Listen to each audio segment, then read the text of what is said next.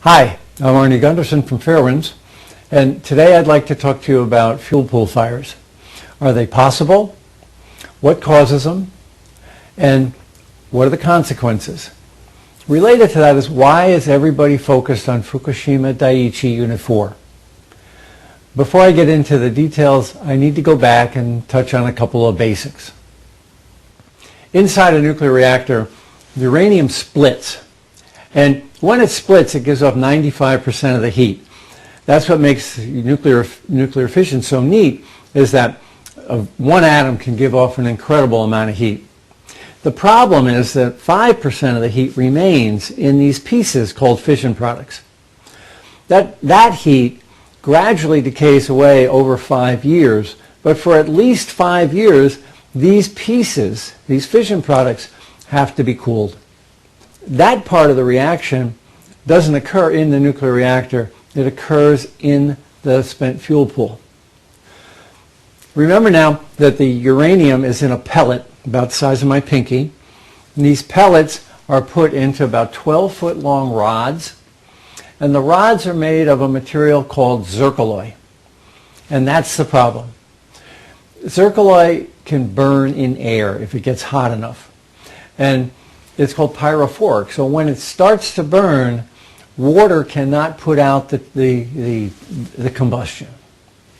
Now, these pellets and rods are put into bundles. The bundles are about that big and 12 feet high. And those bundles are then lifted out of the nuclear reactor and put into the spent fuel pool. Now, we know zircaloy can burn. Back in April of 2011, Fairewinds put a video up where we showed a single zircaloy rod burning in air. And on that video, you can actually see the piece of zircaloy bouncing across the tabletop. And it was combusting on its own. There was no flame, and it was basically burning in air with no internal source of heat. The question is, can that happen in a nuclear fuel pool? And what is it about Fukushima Daiichi Unit 4 that has everyone concerned? There are 4 reactors in jeopardy at Fukushima Daiichi, but everyone's attention now has been focused on the fuel pool at Fukushima Daiichi Unit 4. Why is that? Well, in the Mark I design, there is no containment over the fuel pool. That means that if there's a problem in the fuel pool, there's nothing to trap the radiation and prevent it from going airborne. At Fukushima Daiichi Unit 4, though, an entire nuclear fuel core had just recently been removed from the containment, from the nuclear reactor, and was put into the spent fuel pool. That's what makes Daiichi Unit 4 unique.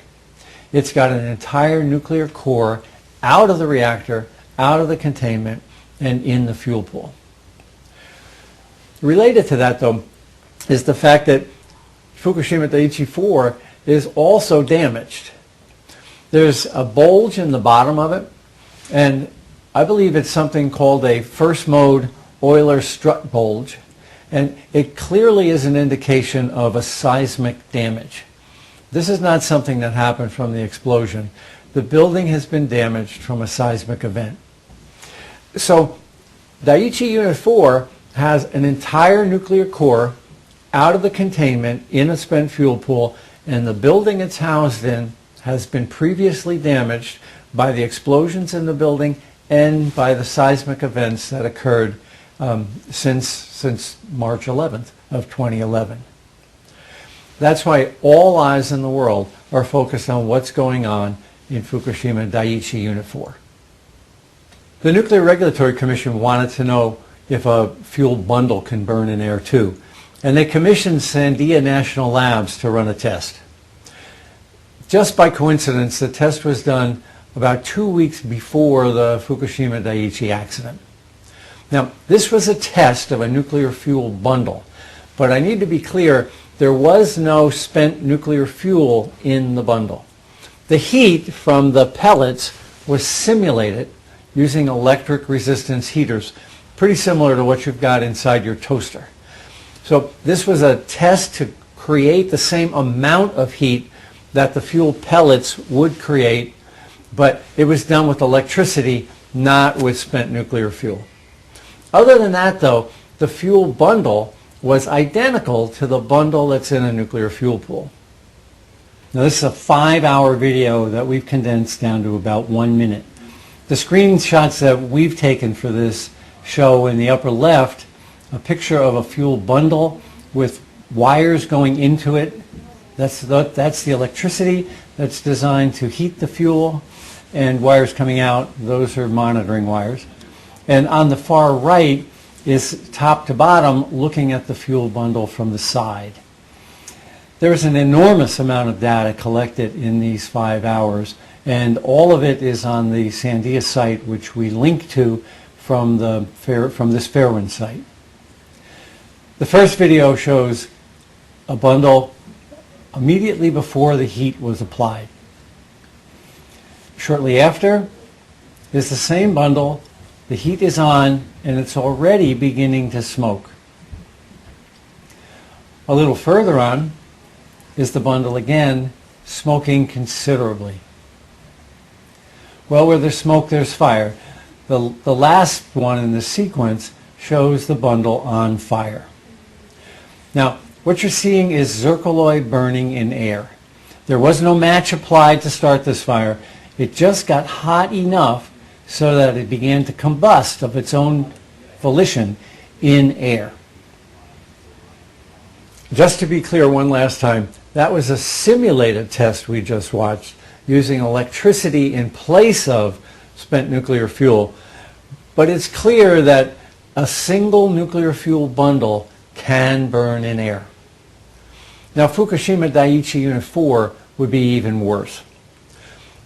Inside Daiichi's fuel pool are 1,500 fuel bundles, not one, 1,500 fuel bundles, 300 of which are just removed from the nuclear core.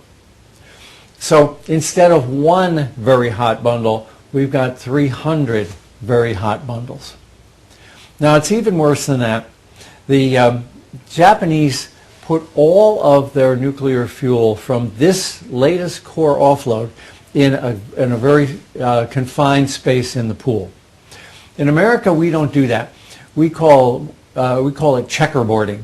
We'll put hot nuclear fuel next to cold nuclear fuel in a checkerboard pattern so that there's a gap between them. But the Japanese didn't do that. This entire nuclear core is side by side with other physically hot bundles. So is a fuel pool fire possible at Fukushima Daiichi? We've got the video evidence to show it is. And what can make it happen is the real question. In early July, the fuel pool cooling system failed at Fukushima Daiichi. Both the primary pump and the backup pump failed. And for a period of several days, there was no water circulating in the fuel pool. During those days, the pool began to heat up, and it heated up at about 18 degrees Fahrenheit, about 10 degrees centigrade every day. This is a huge pool. It's 300,000 gallons of water. And to think about 300,000 gallons of water heating up at 18 degrees a day gives you a feel for the amount of heat that's in that pool. So after about a week, the pool would begin to boil. And after about another week, the pool would begin to boil to the point where the top of the nuclear fuel was exposed. And an event like we saw on the Sandia Labs video, it would indeed become possible. So the Japanese have about 2 weeks in the event that the fuel pool cooling system fails to fix it. I don't think that'll be a problem. I think they could fix almost every cooling problem in 2 weeks. The real problem is if there's an earthquake. The building is already structurally damaged, and if the pool were to drain from an earthquake, then all bets are off. There's no way to cool the pool, and we know that the heat source is astronomical. The fuel in the pool would catch fire, and the uranium that's then encased in the zircaloy would go airborne. Brookhaven National Labs did a study back in 1998 about this, and they estimate that over 180,000 cancers would result from a fuel pool fire, and that an area of about 40-mile radius would have to be permanently evacuated. Now, the Brookhaven study had less uranium in it than the Fukushima fuel pool, so the odds are that if a fuel pool fire were to occur at Fukushima Daiichi Unit 4, it would in fact be worse than the Brookhaven study. Regardless of what the nuclear industry claims, a fuel pool fire is possible if the water were to drain from a seismic event. Now, this is not just a Fukushima Daiichi Unit 4 problem. There's 23 Mark I reactors in the United States, and they have even more nuclear fuel in them than Unit 4 at Fukushima Daiichi. This is an international problem, especially in the United States, because we have the most of these Mark I reactors. What can we do about it? We can put the pressure on Tokyo Electric and on the Japanese government to get the fuel out of that pool just as quickly as possible. We can't wait for an earthquake to be proven right or wrong. In the United States, we can demand that the Nuclear Regulatory Commission take the fuel out of these fuel pools in the 23 nuclear reactors that are identical to Fukushima Daiichi. Right now, industry pressure to save money is preventing those fuel pools from being emptied. Fairewinds Energy Education has tried to bring forward several really important worldwide technical issues since the accident at Fukushima Daiichi. One of them is the condition of spent fuel pools in the Mark I design. Again, we're asking for your help to continue with our energy education efforts. Maggie and I take nothing from Fairewinds Energy Education, but it does cost money to produce these videos and to do the research and development that support the videos.